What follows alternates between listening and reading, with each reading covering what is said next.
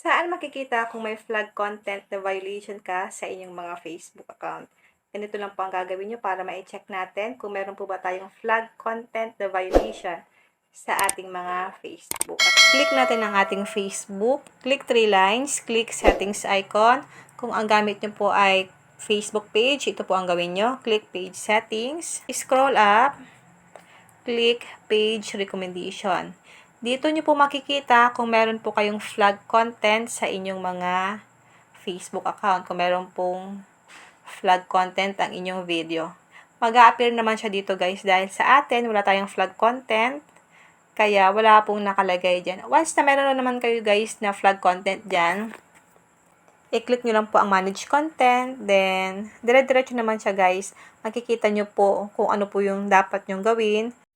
I-delete nyo lang po ang video na may flag content para maalis po ang flag content yung na violation. Ganun lang guys ang gagawin nyo. Sa akin po kasi, wala tayong flag content na violation. Basta lagi nyo po itong i-check guys, yung page recommendation kasi dito nyo po makikita kung meron kayong flag content para ma-delete nyo po agad ang inyong video na merong violation. Kung may natutunan ka sa aking video, huwag mong kalimutan na i-follow ako para ma-update ka sa mga susunod kong video. And now, thank you for watching. God bless you all.